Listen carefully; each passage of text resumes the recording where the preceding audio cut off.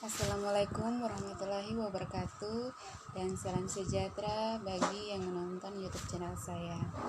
Perkenalkan dulu, nama saya Marisa Afwan, saya mahasiswa dari Stikes Graha Edukasi Makassar. Saya mengambil program studi D3 Kebidanan dan sekarang saya sudah berada pada semester 3. Iya, baik teman-teman, di saat ini saya akan membagi sedikit materi mengenai kompres dingin dan proses fisiologi menurunkannya. Semoga dapat bermanfaat. Ya, kita mulai. Kompres dingin dan proses fisiologi menurunkannya. Yang pertama-tama, apa itu pengertian mengenai kompres dan kompres dingin? Jadi kompres adalah metode pemeliharaan suhu tubuh dengan menggunakan cairan atau alat yang dapat menimbulkan hangat atau dingin pada bagian tubuh yang diperlukan. Kompres dingin itu sendiri akan mengurangi pembengkakan dan rasa nyeri dengan mengurangi aliran darah ke area cedera. Yang berikut, tujuan pemberian kompres dingin ini sendiri ada 5, yaitu menurunkan suhu tubuh, mencegah peradangan meluas, mengurangi kongesti, mengurangi perdarahan setempat, dan terakhir mengurangi rasa sakit pada daerah setempat. C. Penggunaan kompres dingin. Penggunaan kompres dingin ini mampu mengurangi pembengkakan dan peradangan hingga bisa digunakan pada kompres saat sedang demam, sakit kepala, dan terkilir. D. Cara menggunakan kompres dingin. Menurut Arofa 2016, terapi dingin dapat digunakan dalam berbagai cara, yaitu es dan masasi es, ice pick, vape cologne spray, dan cold bath atau water immersion.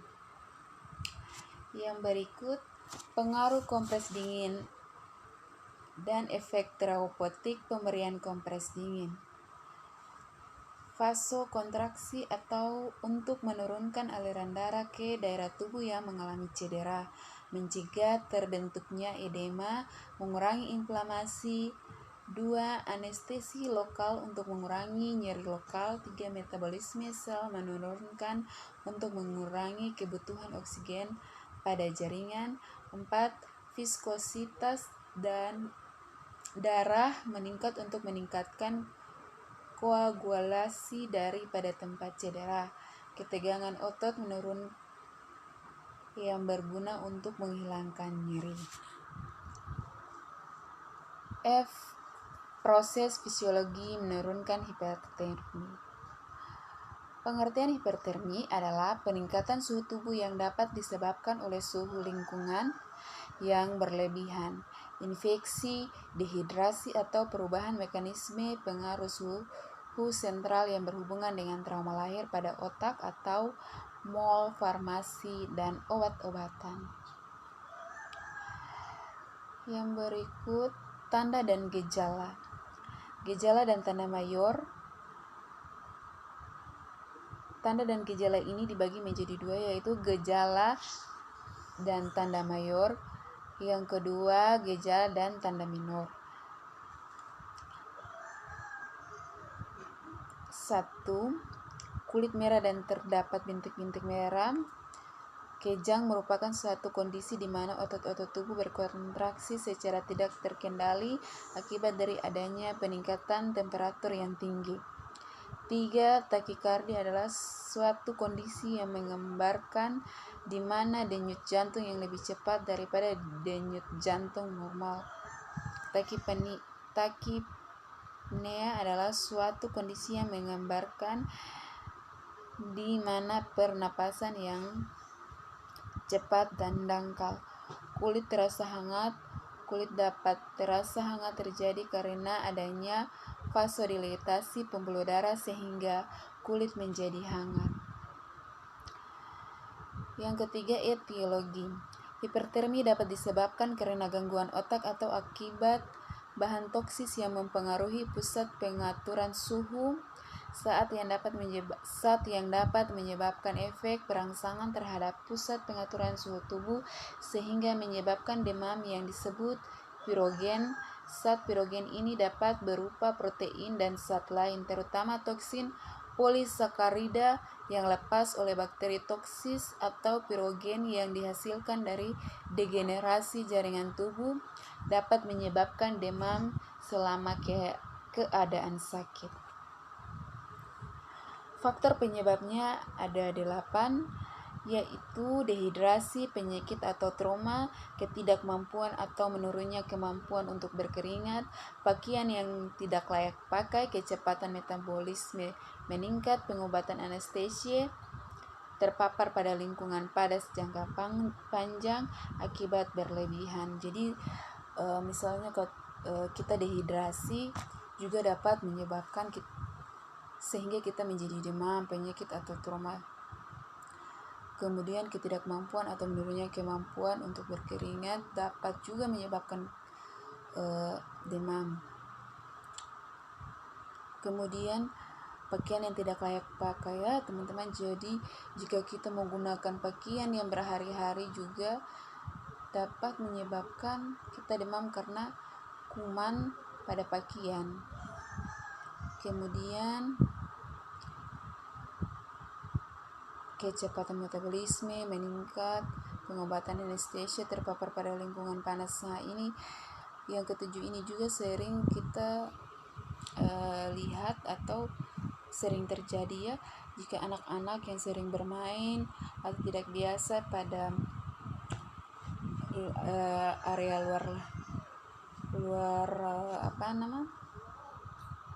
ruangan atau berjemur selama beberapa jam, itu juga dapat menyebabkan metabolisme kita kecepatan metabolisme kita meningkat sehingga menyebabkan demam. Aktivitas yang berlebihan yang membuat kita capek juga dapat membuat kita demam. Ya baik teman-teman, proses terjadinya yaitu substansi yang menyebabkan demam disebut pirogen dan berasal baik dari oksigen maupun endogen. Mayoritas pirogen endogen adalah mikroorganisme atau toksis. Pirogen endogen adalah polipeptida yang dihasilkan oleh jenis sel penjamu terutama monosit. Makrofag pirogen memasuki sirkulasi dan menyebabkan demam pada tingkat termoregulasi di hipotalamus. Yang keempat, penanganan hipertermi khususnya pada bayi. Ya baik teman-teman, mengatasi bayi hipertermi dilakukan dengan cara prinsip penanganan hipertermi adalah penstabilan suhu tubuh dengan menggunakan selimut hangat, tapi hanya pada bagian dada untuk mencegah turunnya tekanan darah secara mendadak atau menempatkan pasien di ruangan yang hangat. Berikan juga minuman hangat kalau pasien dalam kondisi sadar.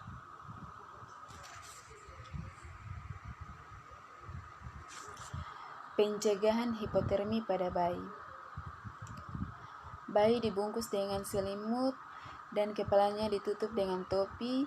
Jika bayi harus dibiarkan telanjang untuk keperluan observasi maupun pengobatan, maka bayi ditempatkan di bawah cahaya penghangat untuk pencegahan hipotermi. Semua bayi yang dilahirkan harus tetap berada dalam keadaan hangat. Di kamar bersalin, bayi segera dibersihkan untuk menghindari hilangnya panas tubuh akibat penguapan, lalu dibungkus dengan selimut dan diberi penutup kepala. Melaksanakan metode kanguru, yaitu bayi baru lahir dipakaikan popok dan tutupan kepala diletakkan di dada ibu agar tubuhnya menjadi hangat karena terjadi kontak kulit langsung. Bila tubuh bayi merasa teraba dingin, bisa ditambahkan selimut. Bayi baru lahir menggunakan pakaian dan selimut yang disetrika atau dihangatkan di atas tungku.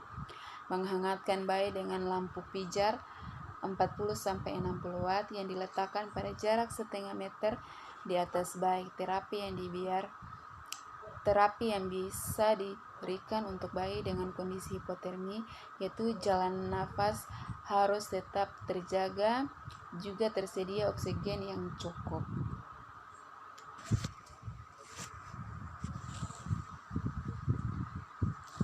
Ya, baik teman-teman, sekian dari penjelasan materi yang saya berikan. Terima kasih.